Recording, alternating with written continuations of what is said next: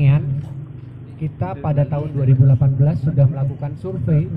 Ternyata di Kangean itu ada 29 gua dan 5 gua itu merupakan gua yang berpotensi sebagai tempat hunian manusia pada masa praaksara.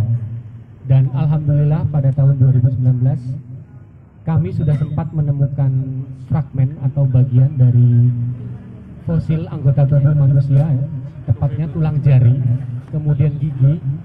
Itu yang sudah kami lakukan radiokarbon dating untuk menghitung usianya, dan itu usianya 6000 BP. Jadi kami yang di Pulau Madura itu sebenarnya usianya masih muda. Kita selisih 3000 tahun lebih tua dari yang kepulauan. Iya, lebih tua kepulauan ya. Alasan kenapa saya tertarik kepulauan karena saya dulu pernah bertugas di SMP Negeri 2 Sapeken di Pulau Pagurukan Besar ya.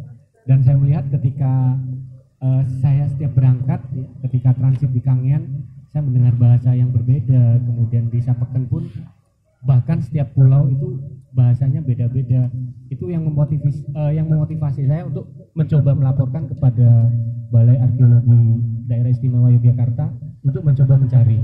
Nah, ketika masuk pada tema tentang sejarah kepulauan, kami akan memulai dari praaksara dulu ya. Jadi bagaimana sih proses terbentuknya pulau-pulau kecil yang ada di ujung timur Kabupaten Sumeneb, yang ternyata di situ adalah pulau-pulau kars atau kapur, dan di situ tersebar, dan yang ukurannya paling besar berdasarkan sumber atau literasi yang ada itu kan ada Pulau Sepanjang, Pulau Paleat, kemudian ada Pulau Kangean. Saya bus juga ya. Boleh deh kalau ada informasi nanti kita list, Mbak.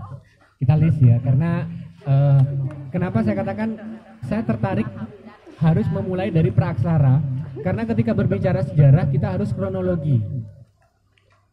Saya tidak ingin nanti ketika berbicara sejarah kemudian diangkat menjadi sebuah karya tulis, tiba-tiba yang ditampilkan adalah seperti hal yang biasa ya, misalnya pas dalam penulisan sejarah terjadi anakronisme dalam penulisan sejarah. Contoh sederhana misalnya ya, ketika kita membaca Babat Sumeneb, kita selalu dikisahkan tentang kesaktian Joko Dole ya. Kemudian siapa sih pemimpin pertama di Sumeneb? Ternyata di situ disebutkan ada tokoh pemimpin yang sudah beragama Islam pada tahun 1330. Nah, ternyata dari sini kita tahu ini yang dimaksud dengan anakronisme dalam sejarah, bahwa di tahun tersebut sistem pemerintahan itu masih terpengaruh oleh gaya-gaya yang dominan di saat itu, yaitu Hindu-Buddha. Dan mungkin daerah kecil tiba-tiba muncul tokoh pemimpin, gelarnya Panembahan lagi, padahal gelar Panembahan ini baru muncul nanti di era abad ke-16 di Siak Mataram. Kembali kepada kepulauan, dalam penelitian kami yang dilakukan oleh Balai Arkeologi Yogyakarta, itu kita mengambil tema adalah peran pulau-pulau kecil di pantai utara Pulau Jawa sebagai batu loncatan atau stepping stone atau jembatan darat dalam arus migrasi kebudayaan Austronesia. Seperti apa sih budaya Austronesia? Budaya Austronesia ini adalah kebudayaan kuno yang muncul di wilayah Asia Timur, di sekitaran Cina, kemudian mengalami persebaran, dan mereka mengenalkan penutur bahasa yang disebut dengan kemudian bahasa Austronesia. Jadi makanya kalau kita lihat kenapa sih di Thailand, kemudian di Filipina, Kamboja itu memiliki bahasa yang kemudian mirip, dan ternyata itu lebih mengakar adalah di wilayah Asia Tenggara. Kemudian targetnya apa yang kita cari itu adalah hunian prehistori atau prasejarah, atau kalau kita pernah melewati pelajaran sejarah di SMA itu disebut dengan praaksara. Jadi zaman di mana manusia sebelum mengenal tulisan, itu yang kita cari. Sebagai pembanding, saya mencoba menggunakan sebaran lukisan cadas pada gua yang terdapat di sekitaran Sulawesi. Jadi di daerah Maros, Muna, ya. Kemudian di Pangkep, di situ banyak sekali gua-gua yang menjadi hunian praaksara, dan di dalamnya ada lukisan pada dinding gua. Nah, pada 2018 kami mencoba melakukan eksplorasi di Pulau Kangean, dan kami baru mendapat informasi di situ ada 29 titik gua, dan 5 gua itu berpotensi. dan yang sedang dalam proses ekskavasi atau penelitian mendalam itu terletak di Gua Arca, Desa Daandung, Kecamatan Kangayan. Jadi nanti misalnya teman-teman yang di Kangean boleh deh mampir ke Gua Arca. Di situ kita sudah memasang papan informasi. Mohon disupport, disampaikan bahwa ingat ya, Anda itu sebenarnya lebih tua dari kami yang di Madura. Jadi ketika berbicara asal muasal, sebenarnya nenek moyang kami orang Madura ya Anda sekalian. Jadi orang-orang kepulauan. Kita sama ternyata. Kenapa saya katakan sama? Karena di tahun yang sama 2019 kami juga melakukan riset di Pantura Madura. Kami juga menemukan fosil manusia purba, tapi usianya muda. Itu hanya 3.000 BP atau 3.000 tahun. Dan kalau kita ukur sekarang mungkin kira-kira 500 tahun sebelum Masehi, tapi di tempat Anda itu di kepulauan ya, khususnya di Kangean itu sudah 3.000 tahun sebelum Masehi. Adapun yang temuan-temuan menarik ya, sayang sekali saya tidak membawa ini alat gambar. Tapi ketika Anda punya sosial media, saya bukan promo ya, tapi boleh Anda mencoba ngecek di Instagramnya Balar Jogja. Di situ temuan-temuan yang di Kepulauan Kangean sudah kami tampilkan. Di antaranya adalah alat-alat batu atau litik.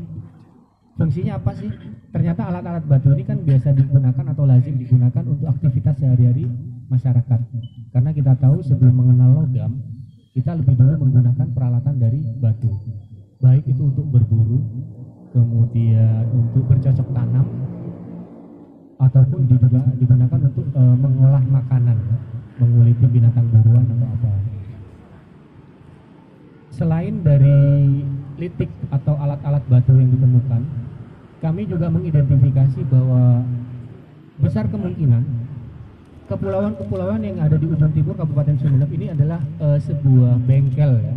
Kita menyebutnya bengkel bukan berarti tempat renovasi atau apa, tempat reparasi ya, tetapi di situ adalah pusat pembuatan alat-alat batu yang kemudian ini mereka bawa untuk tersebar ke wilayah pulau-pulau lain. Maka starting point penelitian kami itu dimulai dari kepulauan yang di ujung timur, hanya Pulau Sakala yang belum saya kunjungi karena jadwalnya yang kami harus diatur itu mepet sekali. Kemarin kami baru keliling di Sapeken aja ya, Kecamatan Sapeken. Seperti biasa kami transitnya atau home base kami itu di Kangean, di Arjasa. Jadi setelah menemukan litik di tahun 2019 kami menemukan fosil ya, ruas jari manusia, itu jari manis ya. Dan itu adalah sebuah temuan spektakuler bagi kami, karena dari temuan itu kami bisa mengidentifikasi seperti apa sih kehidupan masyarakat di kepulauan pada masa praaksara. Ternyata menarik, karena di situ kami juga menemukan beberapa fragmen fosil jenis-jenis binatang yang ternyata ketika coba kami posting di sosial media, ada teman-teman dari kepulauan yang juga berkomentar bahwa oh ternyata binatang itu sekarang sudah tidak ada. Jadi kami menemukan makaka atau kera ya. Kemudian kami menemukan juga babi hutan.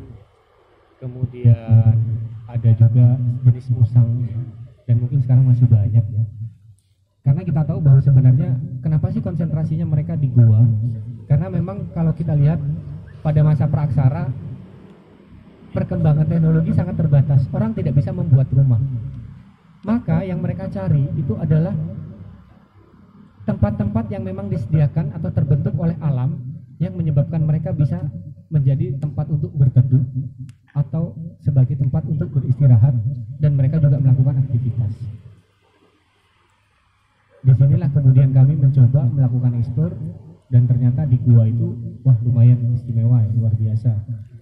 Sehingga kami memutuskan di tahun ini kami harus memberikan papan informasi bahwa Gua Arca itu adalah salah satu peninggalan sejarah di wilayah Kabupaten Sumeneb yang memang harus mendapatkan apresiasi oleh masyarakat dan pemerintah daerah. Setelah dari Kangean, kami mencoba melanjutkan untuk menelusuri bagaimana sebaran suku Bajo, Bugis, dan Mandar. Dulu saya ingat ketika saya di Sapeken, ada di SMP 2 Sapeken ya, di Pagungan Besar, saya merasa bahwa bahasa mereka unik. Ketika saya ada di sana, saya merasa seperti saya sedang ada di Sopeng, ya. Kemudian di Tosar, di daerah Sulawesi, ya. Karena sempat juga kami melakukan riset di sana, saya merasa bahwa ada persamaan budaya. Dan ketika ada lagu nenek moyangku seorang pelaut, munculnya dari mana? Ya dari 3 suku itu, Bajo, Bugis, Mandar. Mereka punya keahlian yang luar biasa dalam menaklukkan samudera. Adapun sampai detik ini kami tidak berhasil menemukan sejak kapan sih orang-orang Bajo, Mandar, dan Bugis itu tiba-tiba mendiami suatu daerah. Hanya dari berdasarkan tutur lisan, memang munculnya sebaran etnis Bajo, kemudian Mandar dan Bugis ini tidak lepas dari istilahnya konflik politik yang ada di Sulawesi, sehingga menyebabkan mereka mungkin yang tidak mau ikut atau bahkan mencoba untuk mencari situasi yang lebih aman dan nyaman, akhirnya mereka melakukan ekspansi. Jadi mereka keluar dari tempat asal mereka dan mereka menemukan pulau-pulau kecil yang tersebar di Kecamatan Sapekan itu sebagai sebuah hunian.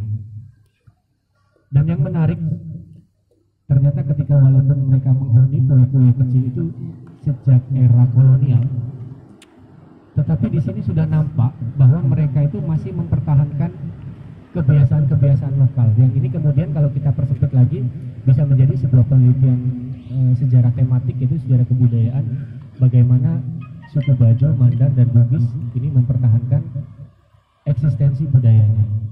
Harusnya kita patut bangga ya, misalnya orang-orang di Sapekan itu kenapa sih sampai sekarang bahasa Anda masih tidak berubah walaupun Anda ikut Kabupaten Sumeneb, dan itu yang lebih saya suka karena ini akan menunjukkan apa yang disebut dengan kebinekaan. Jadi tidak harus ketika masuk Kabupaten Sumeneb bahasanya harus sama bahasa Madura. Lihat aja di Banyuwangi orang Osing keberadaannya diakui loh. Jadi tema-tema kesejarahan yang akan kita bahas kali ini mungkin saya lebih banyak akan membahas bagaimana sebaran budaya Austronesia.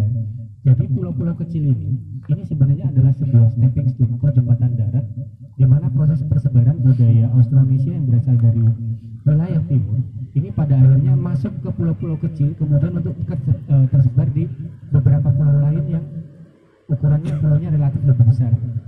Jadi mereka mengawalinya dari mana? Tentu saja dari pulau-pulau kecil di wilayah Kecamatan Sapekan, kemudian Kangean, yang kemudian ini tersebar.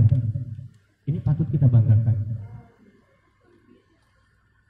Jadi kebudayaan yang merupakan teknik paling kuno sebelum manusia mengenal tulisan ya, itu adalah peradaban-peradaban yang muncul pada masa Praksara, walaupun itu adalah Praksara di era Neolitikum atau zaman Batu Muda.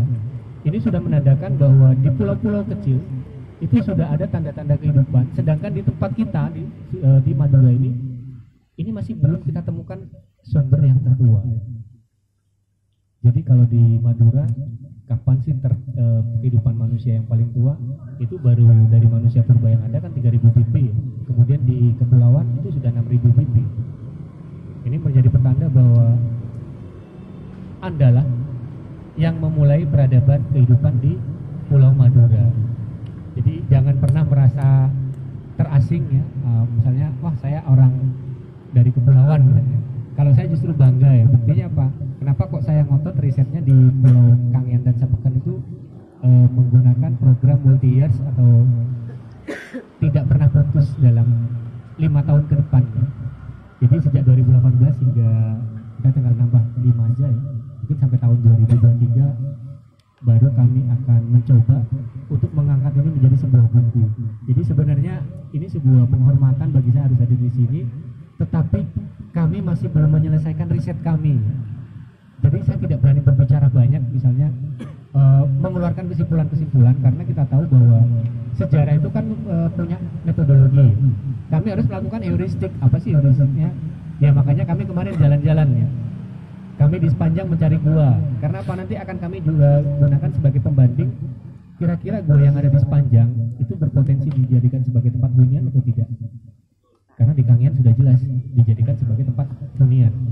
Kemudian kalau di pulau-pulau kecil lain yang di Kecamatan Sapekan yang kebetulan kami belum menemukan gua karena kami belum dapat informasi ya. Jadi seandainya nanti acara kita selesai, tidak apa-apa ya disampaikan misalnya, Mas di sini ada gua, boleh nanti saya list. Karena kami akan berkunjung ke tempat tersebut di tahun berikutnya. Yang pasti kebudayaan Anda itu muncul itu sebelum zaman logam. Jadi kebudayaan di kepulauan dalam tradisi prasejarah itu sudah muncul sejak zaman Neolitikum atau zaman batu muda. Tanda-tandanya apa? Masyarakat sudah mulai bisa mengolah teknik pembuatan tanah liat yang dijadikan gerabah. Nah, kalau kita kaitkan dengan COVID nih yang sekarang ya, kita kan sekarang lagi bingung di depan rumah selalu ada tempat cuci.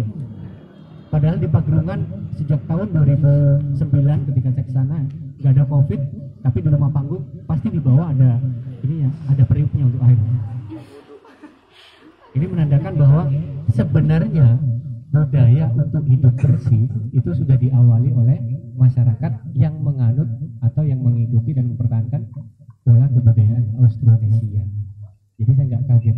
Cuman sekarang aja orang-orang kota lagi bingung. Ditutup kalau di tempat dibangunkan tempat cuci tangan ya.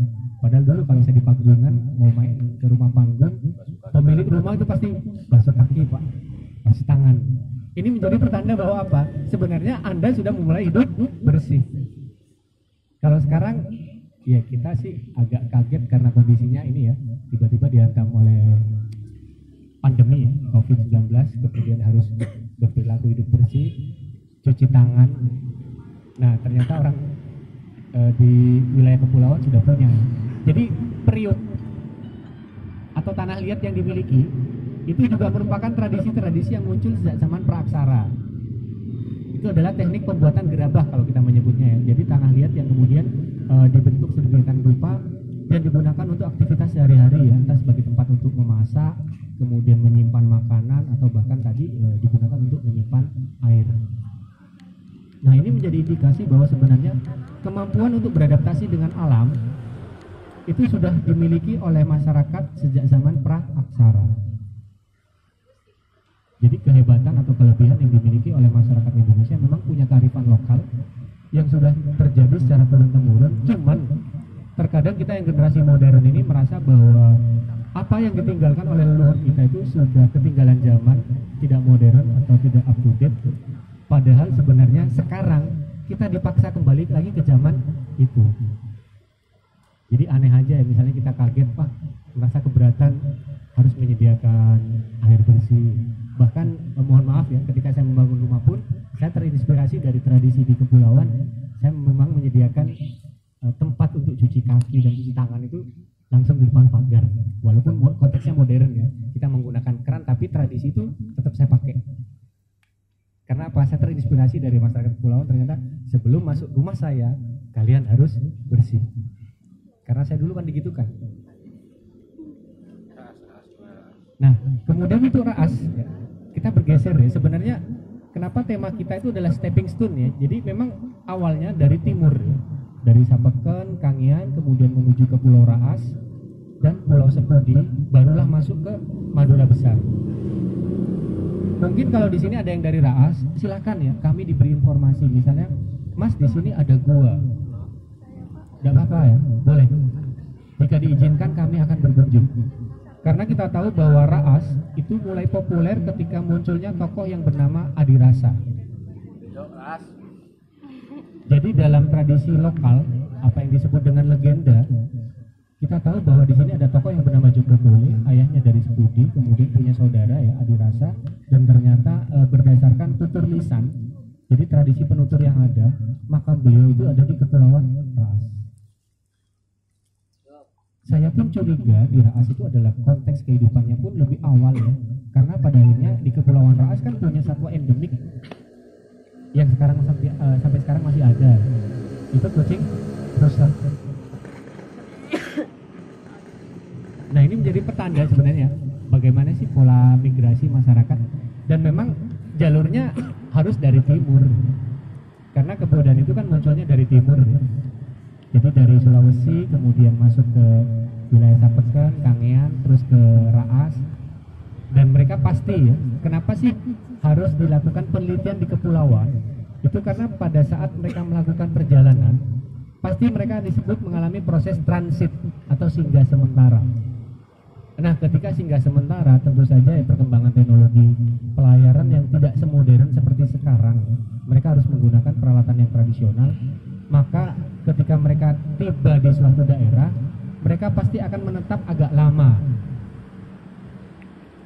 Nah, ketika menetap di tempat tertentu yang dalam waktu agak lama, pastilah di situ ada berbagai aktivitas yang dilakukan.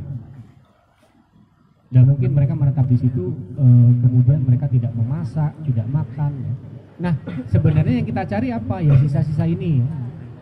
Sisa-sisa mereka dalam mengolah makanan itu yang kita cari. Misalnya dari gerabah yang kami temukan yang tersebar di kepulauan di timur. Ya. Itu kita lihat ternyata apa? Gerabahnya itu kan bekas dimasak, digunakan untuk memasak babi, makaka atau kera. Karena memang dulu kan tidak ada lagi yang dikonsumsi ya. Mereka namanya praaksara, hidupnya di alam ya. Mereka tergantungannya pada alam itu sangat tinggi, maka hanya mereka mengkonsumsi apa yang disediakan oleh alam. Mereka belum mengenal teknik untuk bercocok tanam. Nah, bercocok tanam ini muncul ini di era generasi berikutnya.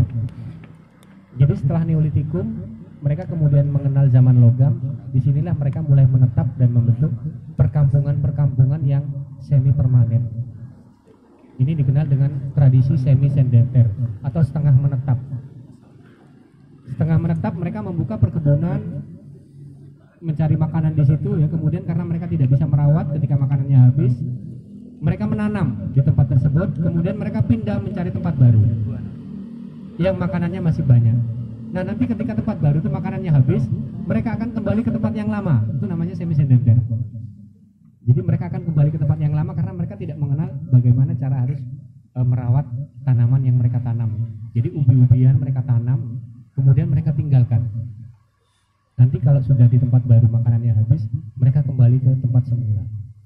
Nah, nanti di era zaman logam barulah menetap perkampungan-perkampungan yang kemudian ini secara turun-temurun melahirkan tokoh-tokoh pemimpin tradisional ya, yang disebut dengan kepala suku ataupun kepala kampung yang kemudian pada implementasinya sekarang mungkin dikenal dengan kepala dusun atau apa.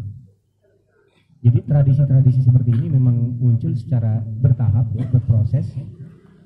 Dan bagaimana sih proses pembentukan pulau-pulau yang ada ya? Ini juga berdasarkan laporan dari tim kita ya, karena kami ketika terjun itu ada arkeolog, kemudian ada geolog dan ada sejarah. Nah, para geolog ini menilai bahwa ternyata pulau-pulau yang ada di wilayah Madura ini memang munculnya karena tenaga endogen. Dia naik ke atas karena ada tekanan dari dalam ya, sehingga memunculkan daratan-daratan baru, dan ini kemudian dijadikan sebagai tempat transit atau hunian masyarakat pada masa pra-aksara. Sebenarnya ketika berbicara sejarah ini sangat luas ya, bagaimana nanti proses dari praksara kemudian hingga mungkin di era kolonial. Saya paham pasti ketika membahas ini saya tidak bisa menjadi alat pemuas ya, karena memang berbicara sejarah sendiri tidak cukup dalam waktu 1 atau 2 jam. Bisa dibuat forum-forum kecil, mungkin diselesaikan apa, kita ngobrol bareng, boleh nggak apa-apa ya, nyantai aja. Jadi di Pulau Raas misalnya ya, kami masih butuh informasi. Mungkin ada yang dari Pulau Raas di sini? Ada ya, banyak ya. Boleh Mas, misalnya ada keberadaan gua, diinformasikan pada kami Mas, karena kami sudah menjadwalkan akan mengunjungi pulau tersebut ya. Hanya kami masih minim informasi. Kenapa? Oh, nomor. Oh, nanti Mas kita diskusi. Di mana? Di mana? Saudi. Oh, kecamatan Kangnya. Gua Geruk enggak ini daerah situ. Saudi. Kita juga pernah. Ya, kita ke Gua Kuning, Gua Someng Ranang, Gua Geruk enggak, Gua Bentang. Dan kita paham, awalnya ketika kami riset, kami dihadapkan dengan sebuah tradisi lisan bahwa ada kekhawatiran dari orang atau masyarakat tradisional ya, ketika pengen masuk gua biasanya dilarang, takut tidak bisa keluar, kemudian takut keluarnya gila gitu ya. Mohon maaf ya, kami tetap menghargai itu, karena terkadang memang masyarakat tidak mengizinkan untuk masuk ke daerah-daerah tersebut. Itu karena sebenarnya terkait dengan kearifan lokal ya, supaya tempat-tempat tersebut itu tidak dirusak oleh kita manusia modern ini yang biasanya punya naluri jahil ya, pengen ngerusak. Jadi memang awalnya ya 2018 orang-orang Kangen itu malu-malu menyampaikan informasi. Kemudian setelah tahu apa kegiatan kami, barulah mereka menyampaikan informasi secara leluasa. Dan memang target kita ya di Kepulauan Timur itu yang belum kami kunjungi hanya Pulau Raas. Jadi kami benar-benar berharap informasi ya, supaya nanti ketika ada adik-adik mahasiswa yang ingin menulis tentang sejarah kepulauan secara utuh, mungkin nanti laporan penelitian kita bisa dijadikan referensi. Jadi ketika menulis sejarah misalnya dibuatlah pembabakan dimulai dari zaman praaksara, kemudian zaman Hindu-Buddha, kemudian zaman Islam, zaman kolonial. Sampai detik ini kami memang minim informasi tentang Kepulauan Raas karena jujur saya masih belum punya relasi, belum punya teman orang Raas. Kalau dulu di Kangean Sapekan karena tempat saya dulu mondar mandir atau ketika pulang. Disebutkan ada bahasa pakai bahasa Madura, Bang. Bahasa dari Raas. Ya, ini nanti ketika berbicara bahasa, awal sejarah munculnya bahasa ini adalah sebuah kesepakatan. Jadi mungkin teman-teman yang ada yang jurusan bahasa Indonesia mungkin lebih paham ya, bagaimana bahasa itu menjadi sebuah alat komunikasi yang lahir dari sebuah kesepakatan bersama masyarakat ya. Jadi misalnya di Pulau Sepanjang mereka menggunakan bahasa yang menurut mereka itu adalah bahasanya orang sana. Jadi mix dari beberapa bahasa yang mereka tampilkan dan itu menjadi identitas. Kalau kajian kebahasaan mungkin kami tidak paham, tapi dari konteks kesejarahan sebenarnya nampak bahwa kepulauan di ujung timur Kabupaten Sumeneb ini adalah pertempuran kebudayaan. Jadi kebudayaan dari daerah-daerah lain sebelum menuju ke pulau-pulau utama atau pulau-pulau besar biasanya akan bertemu terlebih dahulu di pulau-pulau kecil, dan pada saat proses transit disitulah mereka melakukan proses asimilasi atau akulturasi budaya. Jadi kalau asimilasi dia akan berbicara tentang proses perpaduan kebudayaan dari proses pernikahan. Kemudian kalau akulturasi budaya ini dua kebudayaan atau lebih yang tiba-tiba menjadi sebuah kesepakatan masyarakat untuk menjadi satu kesatuan tanpa menghilangkan identitas kebudayaan masing-masing. Kalau akulturasi. Nah kita lihat ya sebaran-sebaran kebudayaan yang ada. Memang di kepulauan itu ketika berbicara sejarah, saya mungkin masih hanya sebatas di masa praaksara ya. Jadi kami belum masuk. Walaupun ada beberapa temuan tambahan penting, misalnya kami menemukan jangkar kapal yang berukuran besar. Setelah kita lihat dari secara tipologi, itu adalah tipe-tipe kapal kolonial atau kapalnya orang-orang Belanda. Ini menjadi pertanda bahwa kepulauan itu juga merupakan salah satu wilayah yang masuk dalam peta pelayaran proses kolonialisme oleh bangsa Eropa di wilayah Nusantara. Belum lagi ketika masuk di Kepulauan Kangean ya, unsur temuan kami kemarin sempat menemukan membaca ragam hias pada batu nisan kuburan-kuburan kuno ya. Kami lihat ternyata di situ sudah ada sentuhan dengan kebudayaan Jawa, kemudian sentuhan dengan kebudayaan yang ada di Makassar. Ini menjadi pertanda bahwa memang kompleksitas kebudayaan di kepulauan sebenarnya lebih tinggi bila dibandingkan dengan kami yang ada di Pulau Madura. Kenapa? Karena di Madura kan sudah terima beres. Prosesnya dimulai dari kepulauan dulu, mereka mengalami perpaduan kebudayaan, kemudian menetap dalam waktu yang lama, kemudian digeser, dibawa ke tempat yang baru. Nah di tempat baru mereka mungkin akan melahirkan kebudayaan baru, karena biasanya kebudayaan ini lahir dari faktor kebiasaan kita dalam beradaptasi dengan lingkungan. Jadi secara tidak langsung sejarah kita itu akan dipengaruhi oleh determinisme budaya. Bagaimana lingkungan geografis berpengaruh terhadap lahirnya aktivitas-aktivitas manusia yang biasanya akan cenderung bertahan dalam waktu yang lama. Misalnya Anda punya tradisi-tradisi menarik terkait dengan ritus atau ritual, itu itu kan lahir karena apa? Adalah bentuk tantangan yang diberikan oleh alam terhadap bagaimana upaya manusia itu beradaptasi dengan tantangan-tantangan yang diberikan oleh alam. Jadi setelah ada Pulau Raas, kemudian ada Pulau Sepudi. Ke Pulau Sepudi kami sempat juga melakukan riset. Di situ ada 18 titik gua, tetapi ada 3 gua yang berpotensi, ya, hanya 3 gua yang berpotensi untuk dijadikan tempat hunian.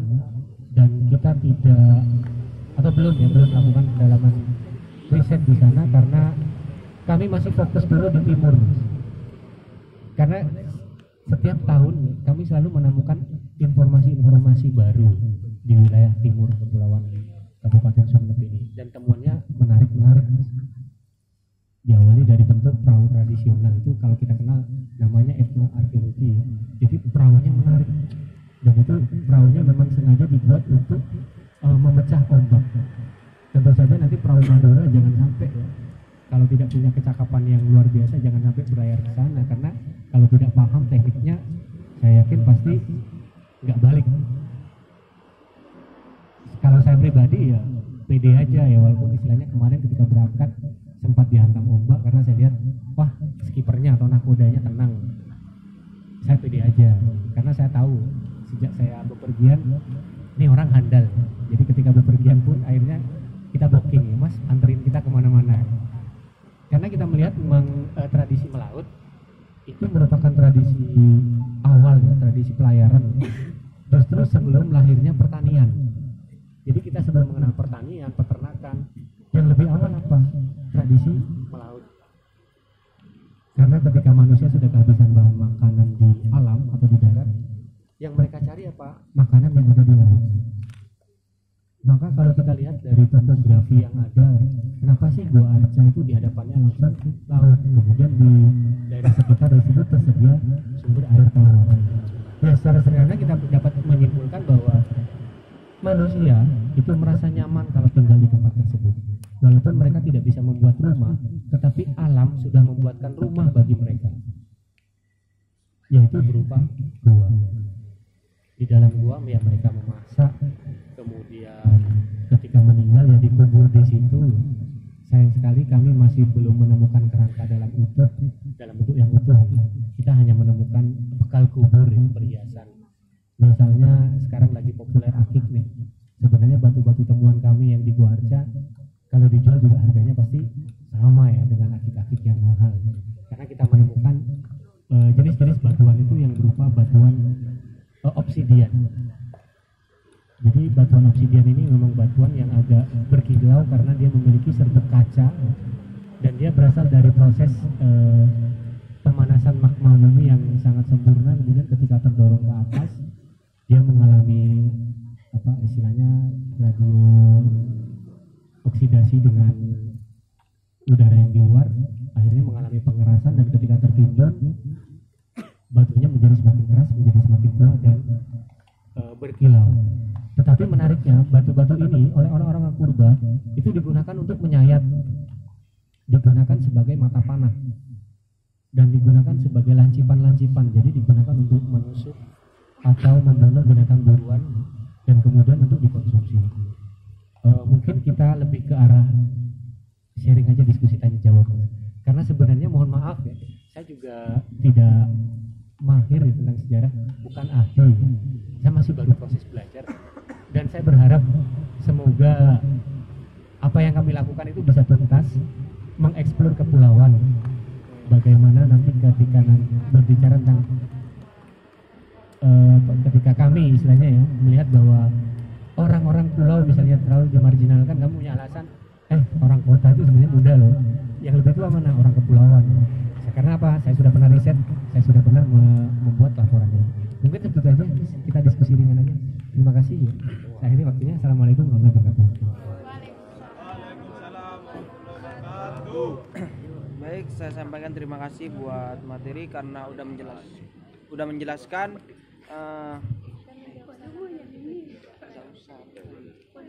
karena menjelaskan beberapa sejarah yang memang itu penting bagi kami selaku anak kepulauan. Mungkin dari teman-teman ada pertanyaan? yang di sebelah selatan lebih awan. Assalamualaikum warahmatullahi wabarakatuh. Waalaikumsalam warahmatullahi wabarakatuh. Saja perkenalkan, nama saya Abdul Karim dari Kecamatan Sebekan, Pulau Sepanjang, kuliah di Stita semester 3. Terima kasih juga kepada pemateri telah memaparkan banyak referensi dan bahan-bahan temuan yang telah disampaikan dari mulai awal. Ada beberapa hal menarik sebenarnya ya di Kepulauan Sebekan. Tentunya Pulau Sebekan ini, Kecamatan Sebekan lah. Kalau Pulau Sebekan kan cuma satu pulau. Di Kecamatan Sebekan ini adalah suatu kecamatan yang unik sebenarnya kan. Ada beberapa bahasa dan ada beberapa suku di dalam Kecamatan Sebekan ini. Tentunya banyak yang berminat untuk meneliti dari segi bahasa dan suku. Kemarin saya juga ketemu sama dari mahasiswa Universitas Brawijaya. Dia meneliti tentang anunya saja, tentang masa kolonialnya saja diteliti. Padahal di sana banyak peninggalan masa prasejarah di sana. Tentunya ada ratusan gua sebenarnya di sana. Ada ratusan gua di sana. Gua itu tidak aktif. Mengapa kok saya bilang tidak aktif? Karena sering nggak dikunjungi oleh para wisatawan lakukan.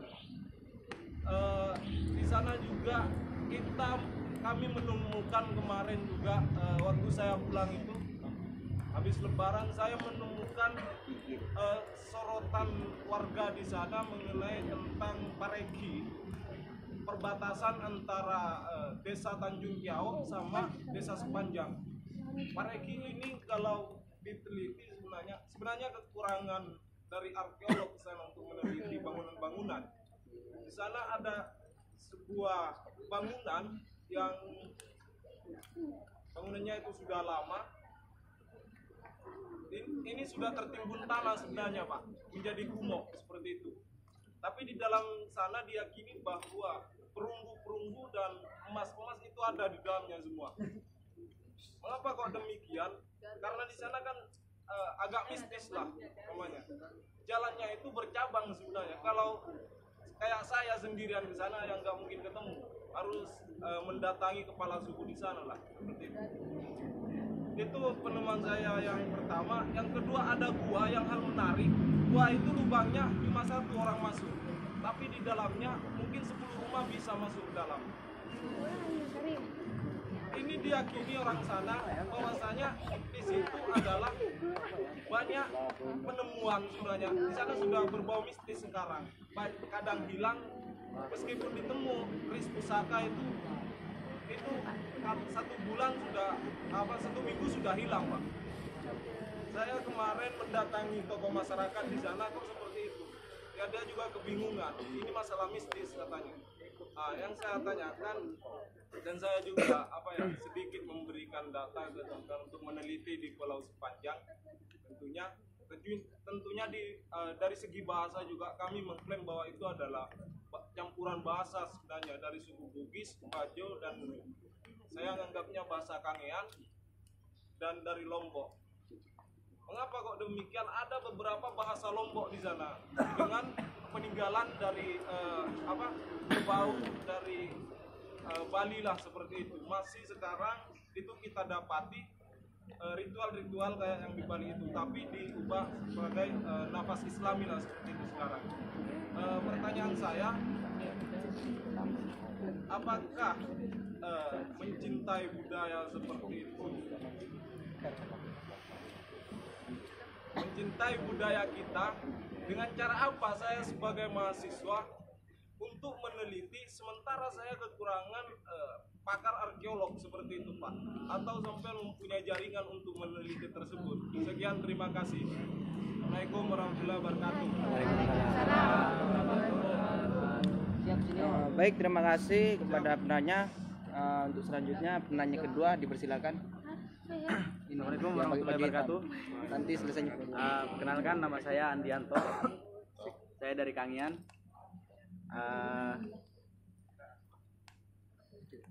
Ya, pertanyaan saya,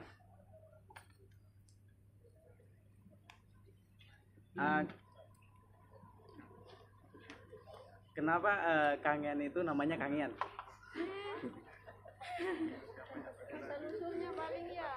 Ya, mungkin begitu. Ya, seperti itu, Pak. Terima kasih.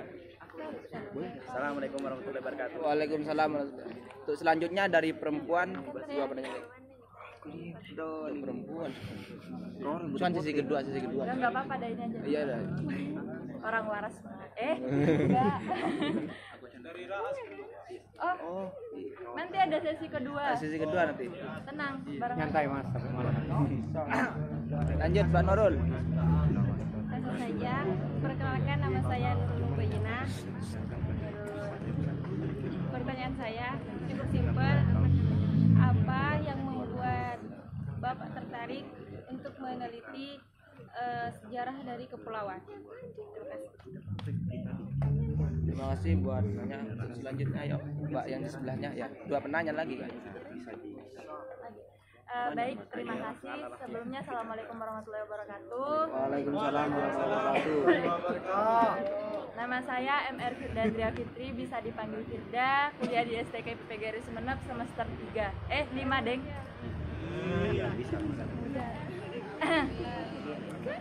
Di sini saya mau menanyakan terkait sejarah. Kan itu tadi disampaikan ada menurut sejarah Nusantara dan sesuai dengan teori yang disampaikan sama Bapak pemateri tadi, dan itu sangat tidak relevan, sangat bertolak belakang gitu. Yang mana sejarah yang menurut teorinya sampean tadi itu menjelaskan bahwasanya adanya pulau-pulau di Kepulauan Sumeneb itu karena ada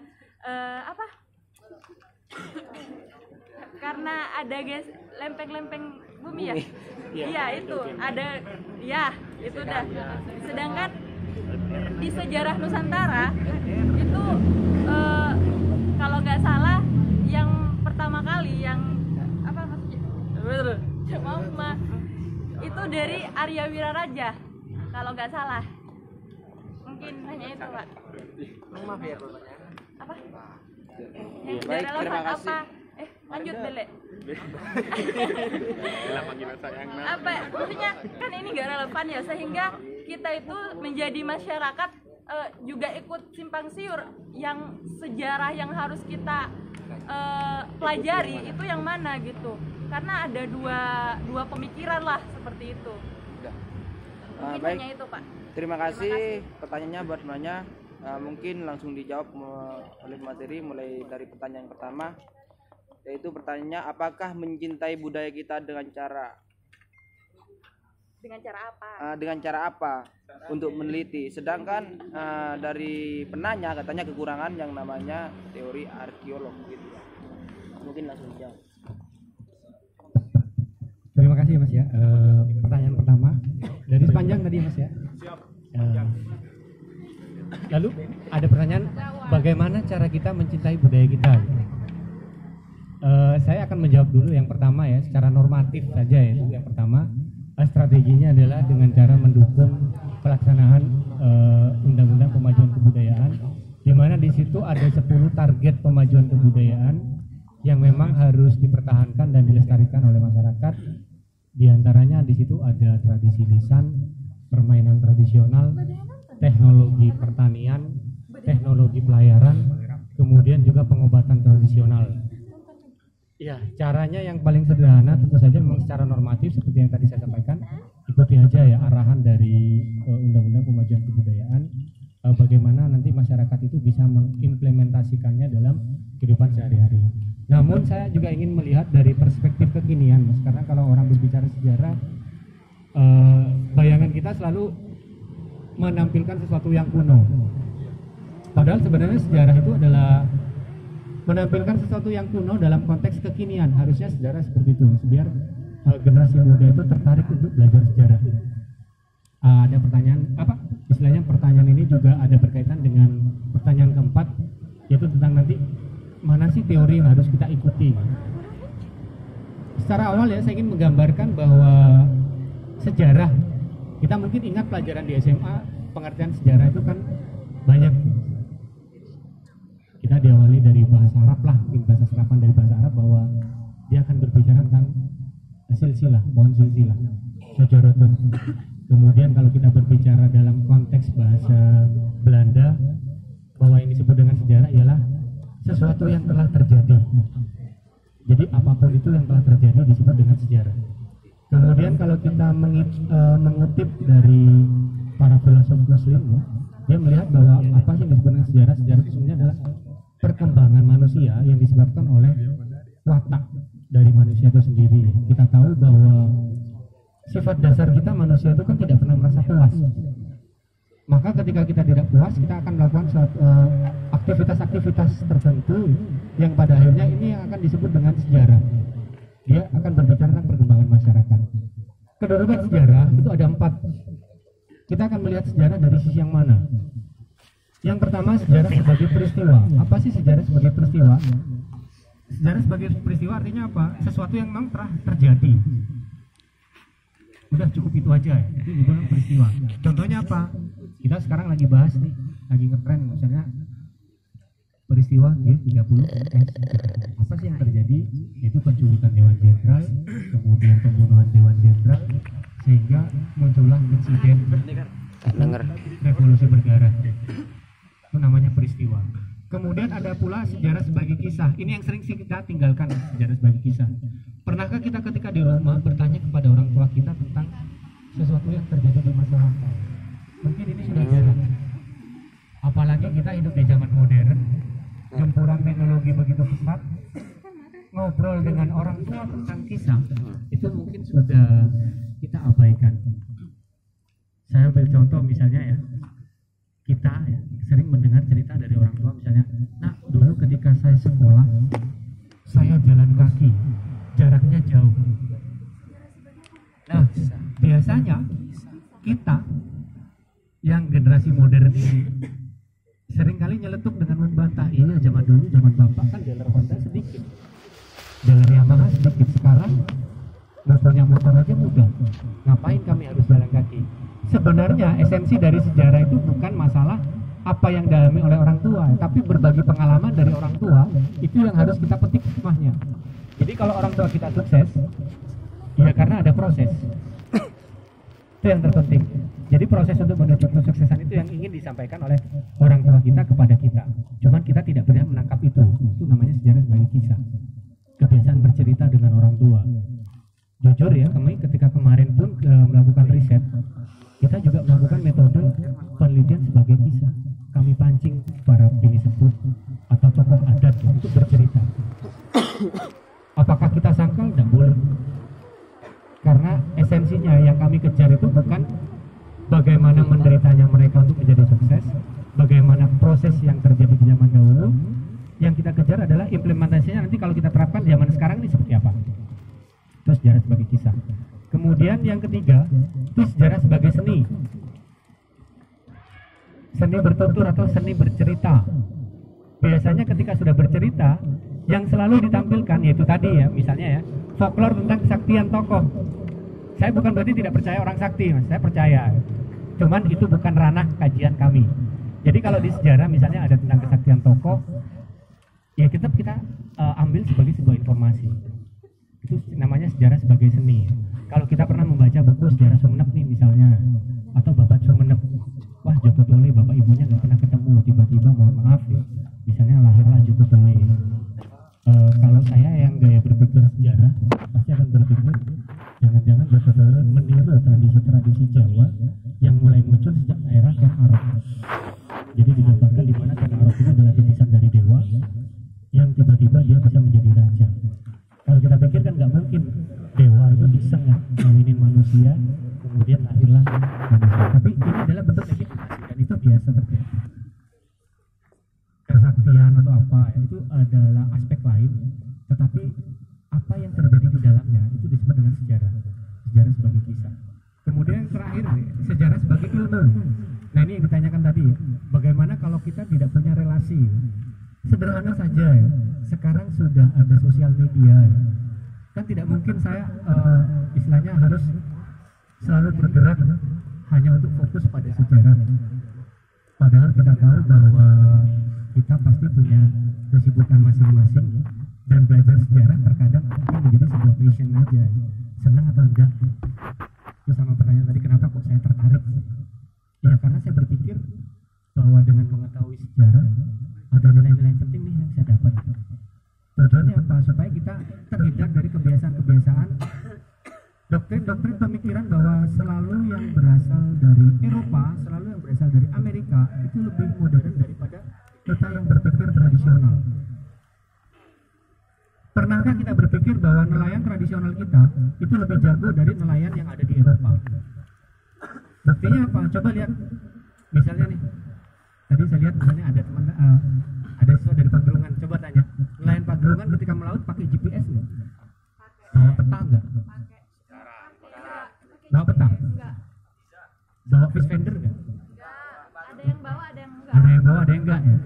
Nah, kita akan menangkap yang tidak sebenarnya.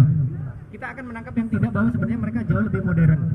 Dulu saya ingat biasanya ya mereka ketika bercerita kalau sudah kondisi seperti ini Pak, biasanya musim ikan bertelur. Mohon maaf ya, mahasiswa perikanan belum tentu tahu model seperti itu. Padahal masyarakat nggak sekolah. Iya.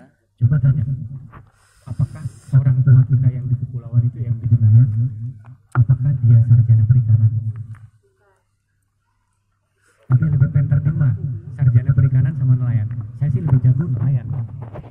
Pernahkah mereka ketika melaut nyasar? Kecuali kalau memang dihantam oleh cuaca ekstrim loh. Kita akan melihat dari perspektif normal. Ada nggak misalnya nelayan dari Pasongsongan tiba-tiba nyari laut, ketika malam mereka harus ke laut tiba-tiba, wah tiba-tiba saya nyasar nih, nyasarnya kemana? Australia. Mereka pasti bisa balik. Pengen saya Pak jadi penelayan kalau gitu. Ini yang disebut dengan kearifan lokal mas, atau local wisdom. Masihkah kita berpikir bahwa Eropa, Amerika itu lebih canggih dari kita? Kalau teknologinya mungkin ya, capaian teknologinya mungkin mereka lebih pesat. Tetapi ketika berbicara perspektif ilmu pengetahuan, itu jauh lebih berilmu dan berpengetahuan masyarakat tradisional. Ya contohnya ya, ini ya ketika pembuatan kapal Spirit Majapahit, itu kan warga kepulauan yang dipakai. Nah ini yang dimaksud dengan kita punya kearifan lokal yang sebenarnya harus dimix dengan perkembangan teknologi modern. Jadi ilmu pengetahuannya jangan ditinggal. Kita jangan terjebak pada teknologi modern, supaya kita tidak menjadi manusia yang pada akhirnya kehidupannya malah dikendalikan oleh teknologi. Ilmu pengetahuannya hilang, tapi hidup kita malah dikendalikan oleh teknologi. Jadi boleh, misalnya ya kita semua punya sosial media nih, punya Instagram, punya Facebook. Tinggal cari aja ya. Kalau di wilayah Provinsi Jawa Timur, Jawa Tengah, dan Provinsi Daerah Istimewa Yogyakarta, itu nanti para penelitinya itu pasti dari Balai Arkeologi Daerah Istimewa Yogyakarta, yang mana posisinya itu berada di bawah naungan Kemendikbud, Kementerian Pendidikan dan Kebudayaan, Riset dan Teknologi, yang sekarang lembaga itu akan tergabung semuanya dalam BRIN, Badan Riset dan Inovasi Nasional. Boleh, tidak apa-apa menyampaikan informasi, pasti akan direspon, walaupun itu nanti kita masuk antrian. Sama seperti yang saya lakukan, ini adalah proses antri dari tahun 2015 saya sampaikan, kemudian 2017 kami diminta untuk membuat proposal, tapi penelitinya tetap peneliti utama arkeolog, karena saya juga bukan arkeolog. Cuma ketika saya menemukan, jadi ketika saya penelitian misalnya di Gua Arca ya, tugas saya apa? Saya hanya nyikat temuan, dicuci, jadi ketika ada batu ya saya cuci. Nanti siapa yang riset? Mereka yang membawa ke lab. Jadi teman-teman dari kepulauan di sini bisa menyampaikan pada teman-temannya yang mungkin sudah di Jogja, silakan mampir ke Perpus atau ke Museum Balai Arkeologi Daerah Istimewa Yogyakarta. Lihat aja temuan yang di kepulauan di Sumeneb, pasti ada tersimpan rapi. Itu rencananya memang saya minta supaya ditempatkan di Kabupaten Sumeneb. Jadi silakan ya. Masalah kesaktian atau apa, ya memang kita dihantui dengan kebiasaan seperti itu. Saya ambil contoh misalnya di Kangean, ketika kami menelusuri gua kan kami tidak diantarkan begitu saja oleh masyarakat. Mereka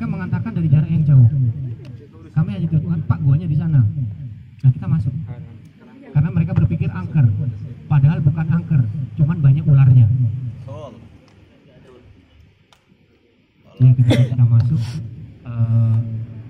kita bertemu dengan ular kobra atau viper, itu biasa karena memang daerah-daerah kita endemik binatang seperti itu. Ya cuma intinya hati-hati aja, jangan sampai nanti kita mohon maaf ya bahasanya sama arkeolog setahu-tahu masuk ke gua ketemu deh dengan si naja atau ular kobra itu, nah bahaya, bisa lihat keluar. Jadi boleh mas disampaikan ya nanti bagaimana ketika nanti Anda ingin menyampaikan informasi, silakan aja bisa DM di Instagram atau inbox di semuanya sudah terbuka. Sekarang era modern ya, transparansi, kemudian beberapa lembaga sudah menerapkan zona integritas wilayah bebas korupsi, jadi nggak perlu ketika kita menyampaikan informasi kemudian riset istilahnya kita harus bayar uang tips atau apa, nggak perlu, kita berikan aja pada mereka biar mereka yang bekerja, kemudian kita diberi hasilnya. Jadi kemudian bagaimana mencintai budaya, ini adalah jawaban yang relatif dari saya, masih bisa diterima bisa tidak, tapi yang pasti bagi saya ketika kita mencintai kebudayaan tradisional tidak harus selalu kita menampilkan sesuatu yang mungkin mohon maaf ya, sok-sok tradisional. Seperti apa sih sok-sok tradisional? Misalnya apa? Wah semuanya pada pakai belangkon nih, tapi tak tahu artinya belangkon apa. Yang penting pakai aja. Karena apa? Tren. Nah ini yang salah. Yang terpenting apa? Esensinya. Esensi dari budaya kita seperti apa? Misalnya dari permainan tradisional, kita anggap mungkin permainan tradisional itu sederhana. Jangan salah. Ketika kita main dakon, doko katanya orang Madura ya. Dulu kalau di Pagerungan saya lihat anak kecil tanahnya dilubangi. Nah sebenarnya apa? Itu adalah ilmu berhitung. Cuman kita tidak nyampe, nggak berpikir bahwa itu adalah ilmu berhitung karena kita menganggap itu hanya permainan. Padahal kalau kita menggunakan perhitungan, rumus matematika, pasti jago mainnya. Jadi ketika ada 7 lubang, kemudian masing-masing lubang diisi dengan 7 butir atau biji-bijian atau batu, kemudian harus menjalankan di mana harus diambil terlebih dahulu, kemudian dijalankan. Itu kan sebenarnya metode berhitung. Tapi kita tidak pakai itu ya, karena apa? Mainan. Ya biasa. Padahal sebenarnya itu bisa dikaji secara ilmiah. Kita sering lupa pada itu. Bahasa, mungkin kita sudah gengsi dengan menggunakan bahasa tradisional ya, tapi saya pribadi lebih senang aja mendengar orang-orang lokal itu masih terjebak dengan pola penggunaan bahasa tradisional. Kalau dia menggunakan bahasa modern misalnya, mohon maaf, misalnya bahasa kasar sih paling sering ya, mengumpat. Bagi saya orang mengumpat meniru bahasa Jawa ya, orang Madura mengumpat bahasa Jawa, bagi saya nggak keren, nggak pas. Tapi kalau apesuan atau mengumpat pakai bahasa Madura tuh, kalau sudah disebut nama binatang, oh mantep, keren. Tapi kalau bilang apa meniru bahasa Jawa, bagi saya masih kurang. Termasuk juga mungkin, mohon maaf ya, tingkatan bahasa kan ada di sini.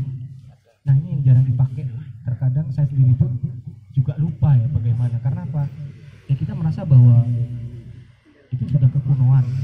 Padahal kalau kita lihat dari sistem bahasa, itu sudah mengajarkan bagaimana terbentuknya struktur sosial yang tertata secara rapi oleh masyarakat.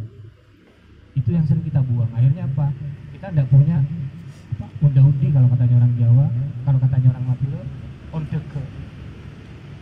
Jadi tata urutan, akhirnya apa? Kita dengan orang tua kita, ya bahasanya bahasa-bahasa yang kasar. Kemudian berbicara dengan paman kita mungkin juga dengan bahasa yang kasar, tidak menggunakan bahasa halus. Ya akhirnya nggak jelas. Ini strukturnya dalam lingkungan keluarga apa sih? Jadi mungkin itu saja yang untuk menjawab pertanyaan pertama ya. Kemudian dari yang kedua ya tentang nama Kangean. Ini sebuah pertanyaan yang menarik karena ketika kita mau riset lebih dalam, nanti kita akan mengetahui kenapa diberi nama Kangean. Saya belum mengumpulkan folklore lokal karena ketika berbicara toponim atau nama daerah itu biasanya berkaitan dengan folklore. Tradisi apa sih yang berkembang di masyarakat? Biasanya tradisi lisan. Pastilah setiap daerah itu punya nama karena dikaitkan dengan aspek-aspek tertentu. Jadi ketika berbicara secara luas tentang Kangean, saya tidak bisa mengidentifikasi kenapa kok diberi nama Kangean. Yang saya bisa, kalau di Kangean itu itu hanya satu yang saya identifikasi, yaitu Pabian. Karena hampir setiap wilayah di Indonesia kalau menjadi pusat kolonial pasti di situ namanya Pabean. Sama dengan di Sumeneb, Pabian. Di situ dulu pelabuhan besar, tempat keluar masuknya barang. Itu dibentuk oleh kolonial. Jadi kalau asal mula kenapa kok diberi nama Kangean? Jujur saya belum menemukan literasi. Cuma ada yang menyebutkan dalam naskah negara Kertagama nama Kangean itu sudah disebut, tapi bukan Kangean, Galeo.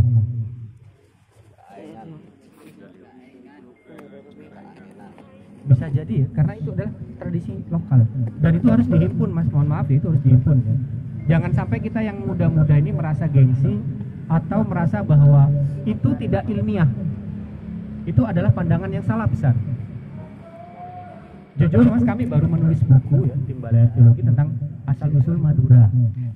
Nah, apa yang saya lakukan? Bab pertama, saya minta rekan saya untuk silakan inventarisir folklore di wilayah Madura dari barat sampai ke timur.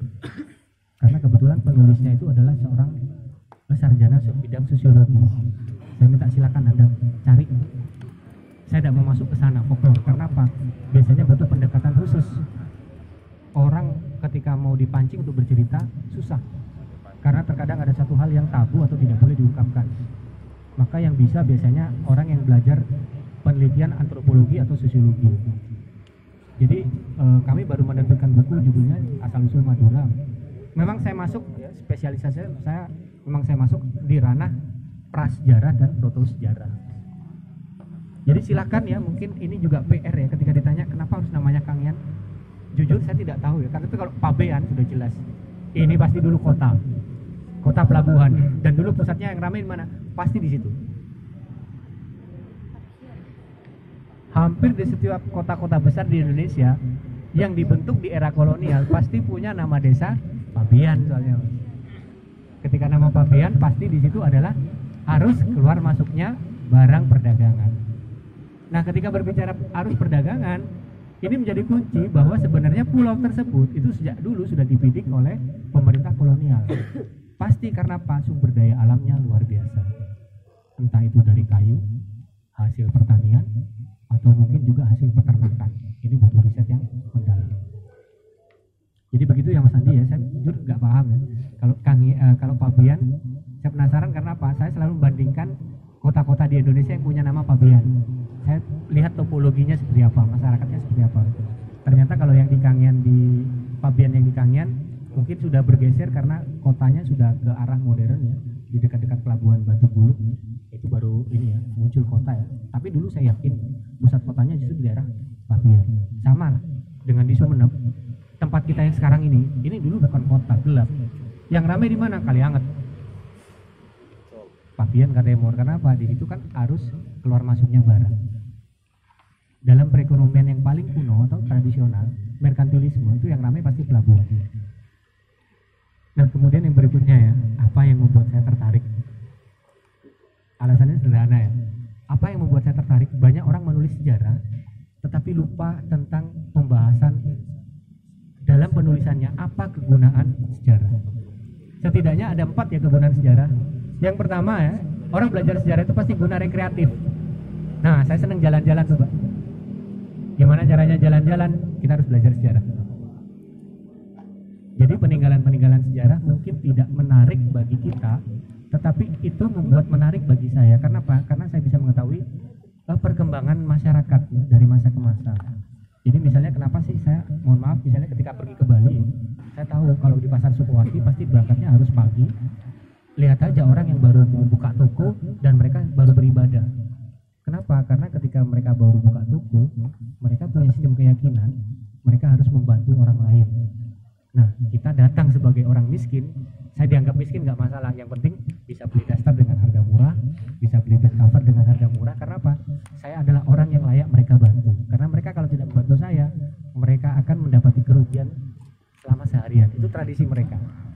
Itu kan enaknya belajar sejarah rekreatif. Kemudian yang kedua ada guna edukatif, ya, ada guna pendidikan.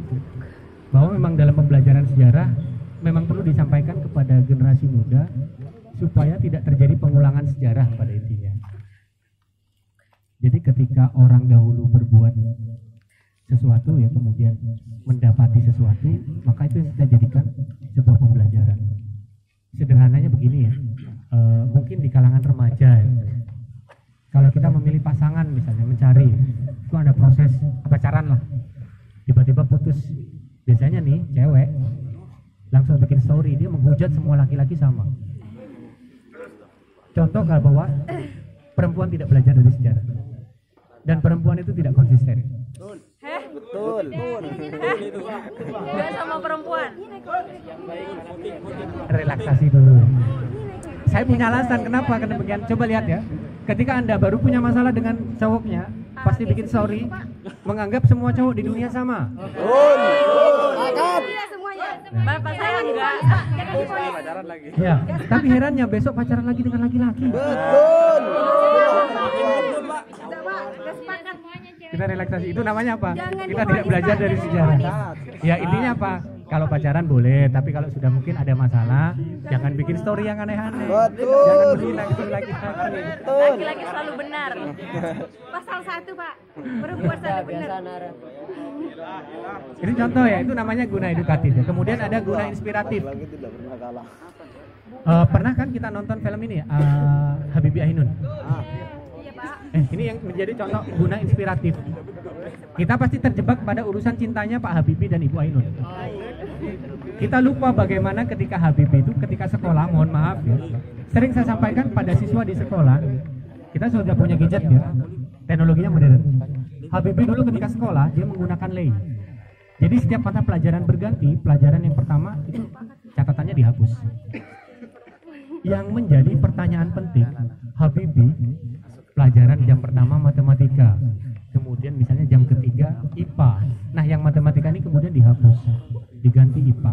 Kenapa Habibie bisa pinter? Kita yang punya gadget kalah, tidak melahirkan Habibie baru. Maka yang disebut dengan guna inspirasi silahkan. Ketika nanti Anda belajar, jadilah seperti Habibie. Jadikan Habibie sebagai inspirator. Baru-baru ini kita lihat misalnya apa? Ada kapal yang dimiliki oleh beberapa dokter di Universitas Airlangga, safari kepulauan. Di sini ada yang kedokteran nggak? Tidak ada yang kuliah kedokteran ya? Ada Mas Ali. Keperawatan. Kesehatan cuma. Ya kesehatan. Saya minta tenaga kesehatan jadilah seperti tenaga kesehatan di era kolonial. Siapa? Cipto Mangunkusumo. Kemudian Sutomo. Kenapa kemudian nama-nama beliau diabadikan menjadi nama rumah sakit? Karena ternyata beliau tidak hanya berpikir bagaimana cara menyembuhkan masyarakat yang sedang sakit. Mereka juga berpikir bagaimana mengedukasi masyarakat, membaca kebutuhan masyarakat, mengajarkan kepada masyarakat untuk berpolitik, mengajarkan kepada masyarakat untuk berorganisasi sosial, mengajarkan kepada masyarakat untuk berpikir tentang kemerdekaan. Jangan sampai ketika nanti kita menjadi tenaga medis, kita masih hitung-hitungan. Dulu sekolah saya mahal. Betul. Mohon maaf ya. Alasannya SPP mahal, Pak. Jadi kalau mau periksa apa? Cuan dulu dong. Nah, kita itu belajar ya. Terutama mohon maaf ya bagi kita yang beragama Islam ya. Saya agak sedih ketika nanti yang lebih populer itu adalah Dr. Lee. Dr. Lee itu dokter yang non muslim ya. Tapi dia lebih dulu sudah punya rumah sakit apung di Indonesia dan dia keliling ke pulau-pulau kecil. Saya pernah bertemu beliau itu di Sulawesi. Jadi beliau ketika datang kapalnya sandar, wah masyarakat begitu antusias. Karena apa? Beliau mengobati secara gratis. Saya tidak tahu orang itu dapat duit dari mana. Dan menariknya beliau itu ikut beasiswa di Indonesia nggak keterima, Mas, untuk spesialis. Justru keterimanya malah di Belanda, di Jerman.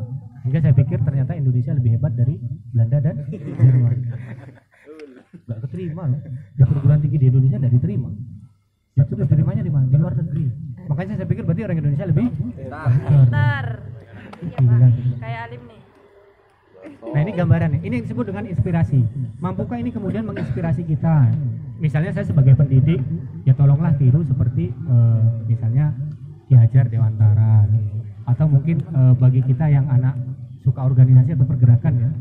Dulu biasanya saya suka baca bukunya Sohoki ya. Saya pengen jadi guru seperti yang diceritakan oleh Sohoki. Artinya apa? Guru boleh dikritik. Benih pas ketika ada siswa yang mengkritik dianggap kurang ajar, enggak. bukunya, kita akan berbeda. Siswanya berarti membaca buku. Nah, Suhogi itu berharapnya seperti itu. Jadi siswa itu memang bukan seperti kerbau yang bisa ditarik kemana aja, yang dianggap dungu. Dan guru itu bukan dewa. Saya masih berpikir seperti itu. Jadi karena apa? Saya terinspirasi. Itu ya, kegunaan sejarah ya, inspirasi. Kemudian yang ketiga, guna inspiratif. Nah, ini yang terpenting ya. Paling tidak apa? Supaya kita yang tinggal di daerah kita, itu yang disebut dengan guna inspiratif adalah memahami perkembangan masyarakat. Biasanya nanti kalau diangkat dalam sebuah penelitian sejarah, itu akan menjadi sejarah yang disebut dengan tematik. Angka tahunnya dibatasi, kemudian aspek yang diteliti hanya pada satu sisi atau satu bidang. Misalnya meneliti tentang perkembangan seninya saja. Jujur ya, ketika saya riset di Kangian, modal saya apa? Di Sapeken, itu adalah skripsi dari siswa saya dulu di SMP 2 Sapeken tentang diaspora suku Mandar. Apakah saya merasa gengsi ketika sudah jadi guru kemudian malu bertanya pada siswa saya? Enggak. Saya justru tanya, kok bisa sih kamu meneliti itu? Karena apa? Itu yang disebut dengan guna instruktif. Ternyata di karya siswa saya ini detail banget. Dia melihat bahwa orang yang tersebar dari suku Bugis, Mandar, dan Baju itu memang masuk ke wilayah Madura itu karena konflik politik yang ada di Sulawesi. Kita tahu di era perkembangan kerajaan Islam, hampir semua kerajaan mencari eksistensi. Goa, Talu, Ternate, sama dengan Jawa juga. Pada akhirnya ketika ingin mencari yang terbaik, biasanya akan menimbulkan clash. Merasa dirinya paling hebat, akhirnya menganggap yang lain itu layak ditaklukkan atau ditundukkan. Nah, ketika yang lain sudah tunduk, biasanya tidak terima, dia akan mencari daerah-daerah baru sebagai daerah koloni.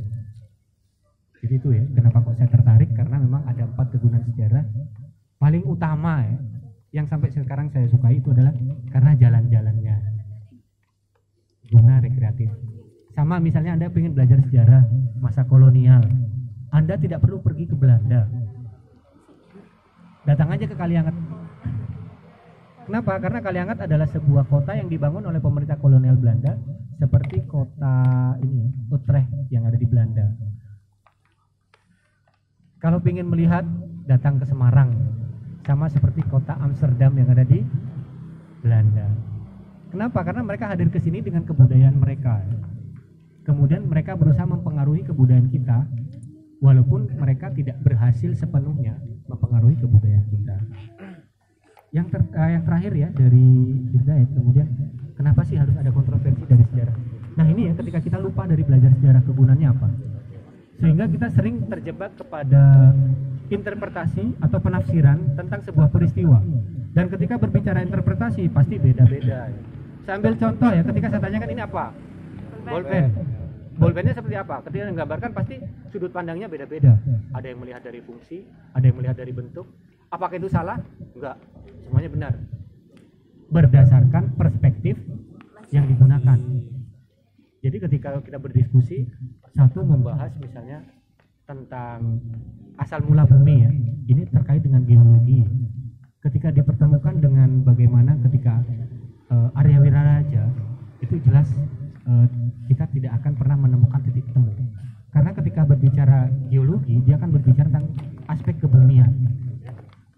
Bagaimana daratan-daratan baru terbentuk, itu kan karena disebabkan pencairan es atau gletser.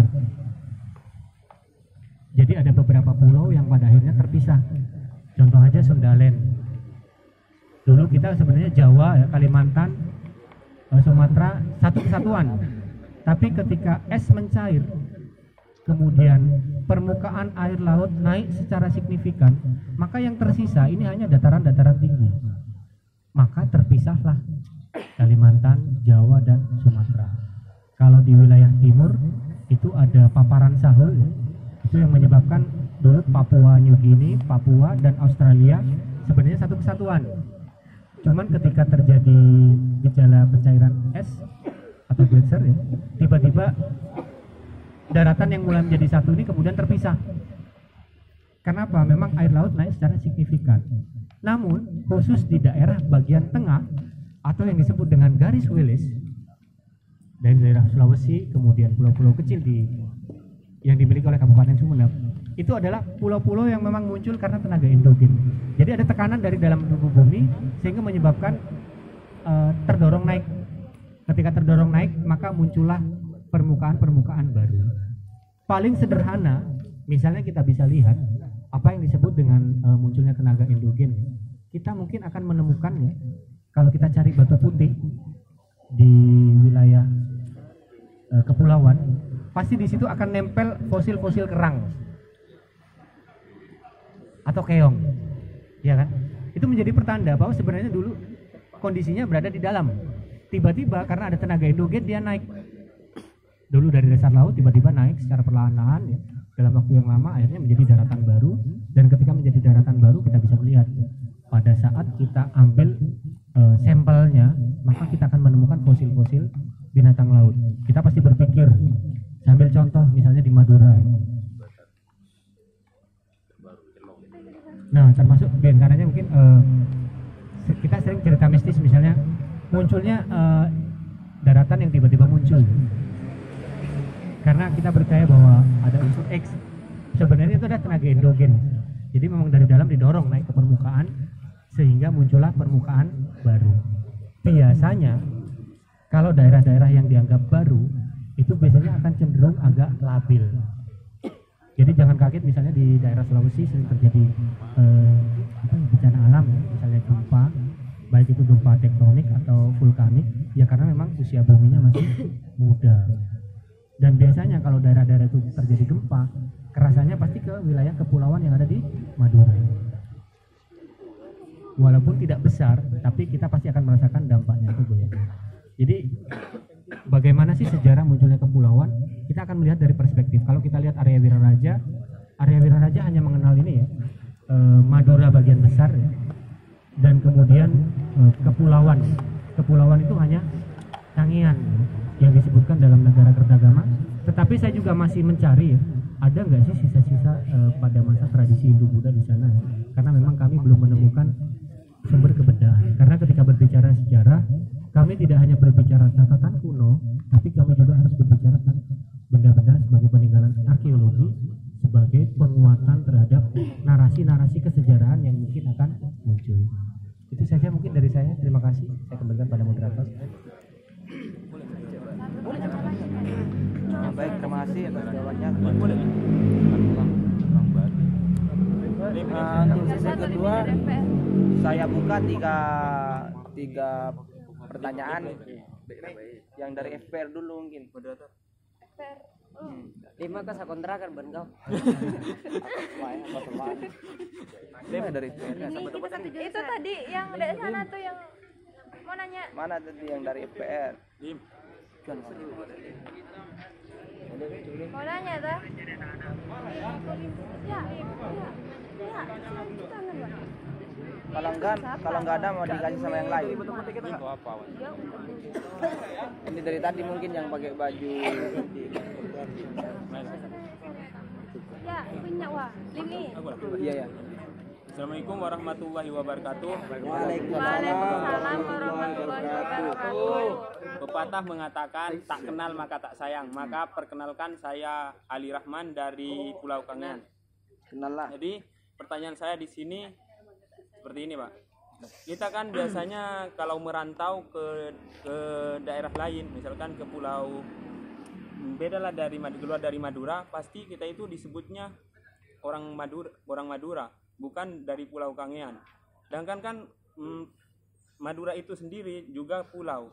Tapi kenapa kita tidak disebut dari Pulau Kangean, tapi disebutnya itu Pulau Madura? Seperti itu, Pak. Yang lebih dikenalnya Pulau Madura. Iya. Itu selanjutnya mungkin dari sebelah timur. Ya. Lanjut dulu. Lanjut. Iya. Assalamualaikum warahmatullahi wabarakatuh. Waalaikumsalam warahmatullahi wabarakatuh. Nama saya Rudianto dari Kangean. Rudi. Lanjut.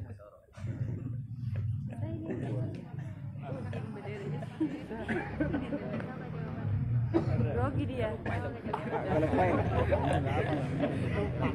Lanjut. Di Madura itu banyak macam-macam bahasa yang berbeda.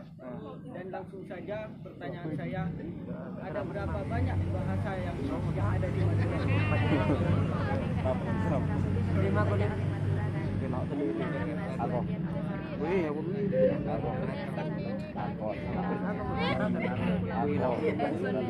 Pada kue dari ya. Dari FPR dulu mungkin ada. Dari FPR, ketumnya. Bersuara dong. Ketumnya saja. Oh, Ya langsung saja.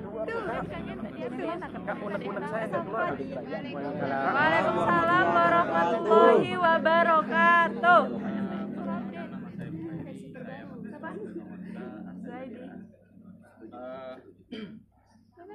Mengenai tentang atau kedua di tema yang diangkat pada hari ini memang sangat menarik. Sebenarnya saya itu sempat berpikir kajian pada malam hari ini itu akan membahas tentang masalah prasejarah kepulauan. Intinya bukan membahas tentang masalah temuan-temuan yang sudah Pak Pemateri itu diriset mengenai tentang masalah Pulau Raas. Kalau yang tadi Pak Pemateri mengatakan belum ke sana dan mereka belum mempunyai relasi, mungkin teman-teman DPR itu bisa membantu untuk membantu untuk bisa sampean itu meriset di Pulau Raas. Seperti itu. Mengenai tentang pertanyaan saya, jadi saya memang terbesit sih. Oh, saya ini akan mendapatkan sebuah permasalahan yang sudah lama saya itu tidak temukan dimanapun, karena mengenai tentang sejarah-sejarah yang ada di kepulauan itu sampai sekarang masih belum terpecahkan, entah itu dari nama, terus asal muasal itu kepulauan itu bisa berpisah gitu kan. Nah, mungkin pemateri itu bisa menjelaskan tentang secara lugas lah, ataupun secara perspektif pemateri tentang masalah kepulauan ini kenapa bisa terpecah? Apakah memang dari adanya lempeng-lempeng bumi yang semakin bergeser gitu, ataupun memang ada sebuah bencana ataupun tragedi lah, sehingga kepulauan yang ada di Sumeneb itu bisa berpisah dengan Kabupaten Sumeneb. Bahkan sampai sekarang saya tidak tahu bagaimana Asta Dirasa itu ditemukan. Seperti itu, Pak. Terima kasih. Baik, terima kasih kepada penanya. Mungkin bisa dijawab.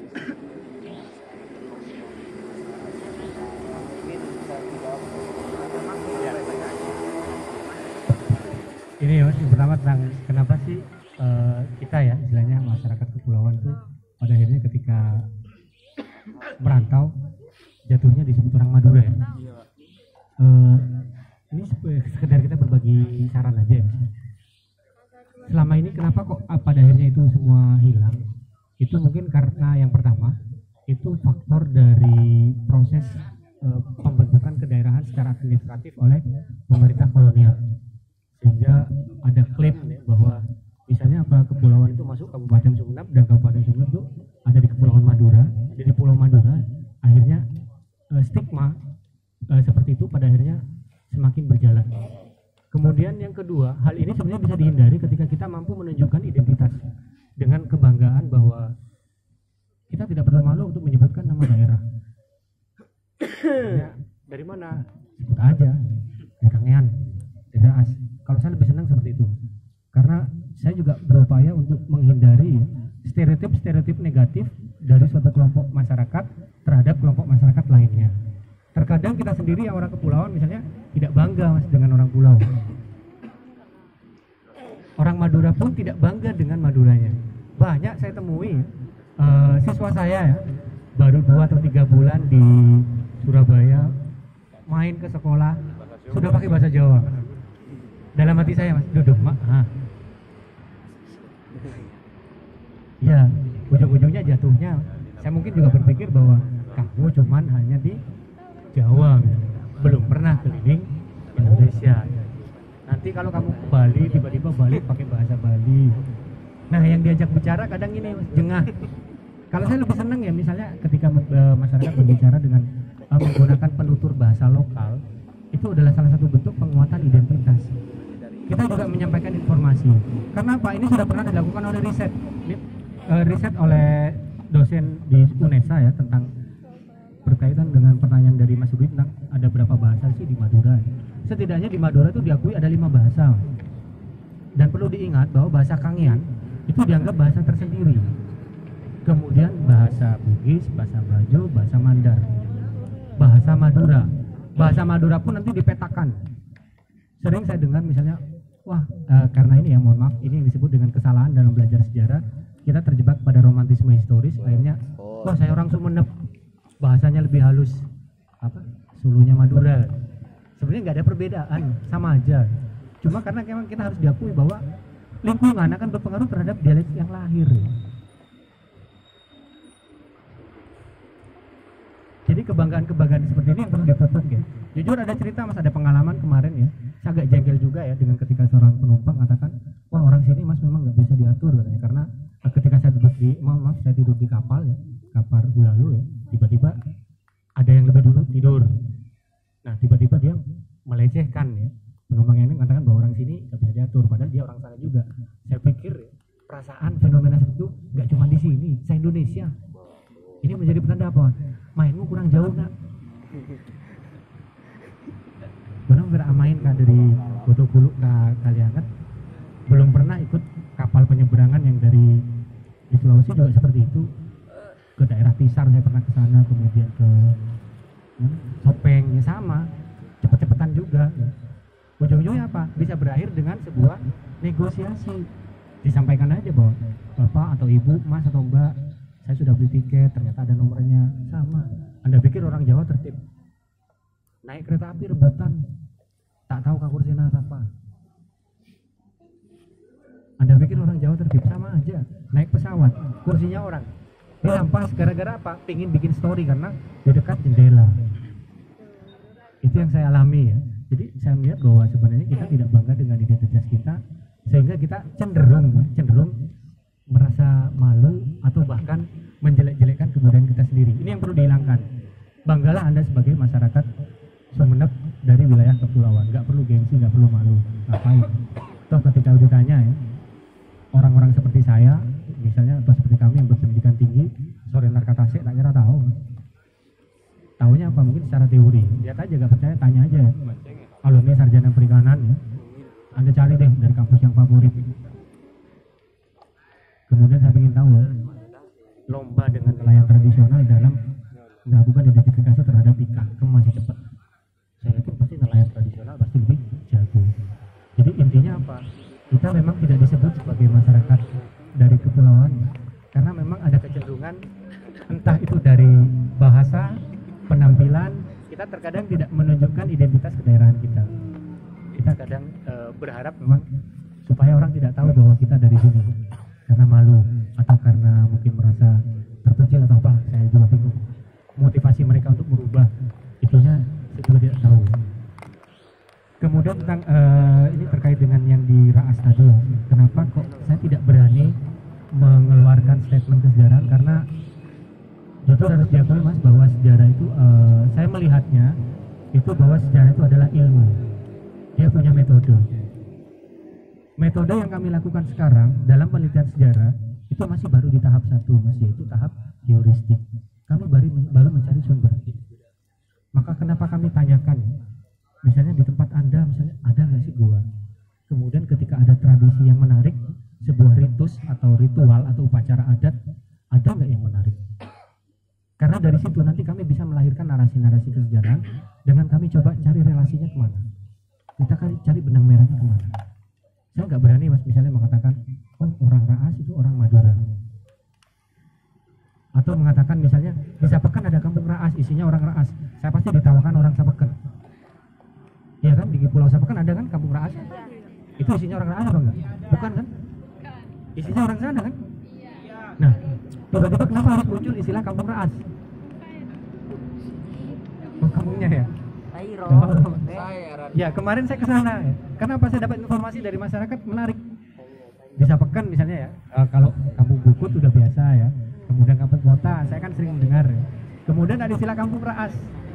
Apakah penghuninya ini orang Raas atau pernah ada orang Raas yang mampir ke sana? Ini sampai sekarang kita telusuri kenapa harus diberi nama kampung seperti itu. Karena kalau kita lihat dari tradisinya, dia sudah menunjukkan tradisinya masyarakat daerah Sulawesi, Baju, kemudian Mandar. Senjatanya juga senjata-senjata tradisional khas sana. Nah, ini contoh kesulitan kita ketika belajar sejarah, dan terkadang ini menyebabkan orang malas belajar sejarah. Tetapi yang terpenting, kita jangan pernah takut, jangan pernah malu ketika mengumpulkan folklore. Karena nanti itu adalah kunci bagi orang yang ingin melakukan penelitian sejarah secara akademik. Jujur saya tidak berani misalnya mengatakan bahwa di pulau ini teori kesejarahannya seperti ini, karena kami masih baru di satu tahap. Jadi ada yang disebut dengan heuristik mencari sumber. Nah, setelah sumber dapat, baru kita akan melakukan verifikasi. Kira-kira benar nggak isi sumbernya. Kita akan melakukan kritik sumber. Oke lah, kalau di Madura misalnya, kenapa sih buku asal-usul Madura cepat naik atau cepat rilis? Karena saya berani misalnya melakukan kritik sumber terhadap temuan-temuan yang ada di Madura.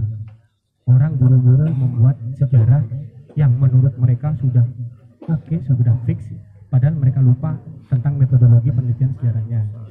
Nah, setelah kita melakukan kritik, verifikasi, kita baru melakukan interpretasi. Interpretasi artinya apa? Kita sedang menafsirkan. Nah, kalau sumber datanya tidak kuat, kemudian proses verifikasinya kita lemah, mungkin orang-orang seperti saya, Mas, akan merasa malu ketika buru-buru mengeluarkan statement tentang kesejarahan, karena tidak menutup kemungkinan nanti ada peneliti yang lebih dulu sudah masuk ke daerah sana, kemudian hasil penelitiannya lebih valid, tergantung temanya. Maka kemarin ya, jujur sebelum saya berangkat ke Sapeken aja, saya mengumpulkan beberapa teman dari Sapeken. Saya riset, saya tanya, kira-kira nanti saya ke kampung ini misalnya, atau ke pulau ini, saya bisa menemui siapa untuk saya wawancara.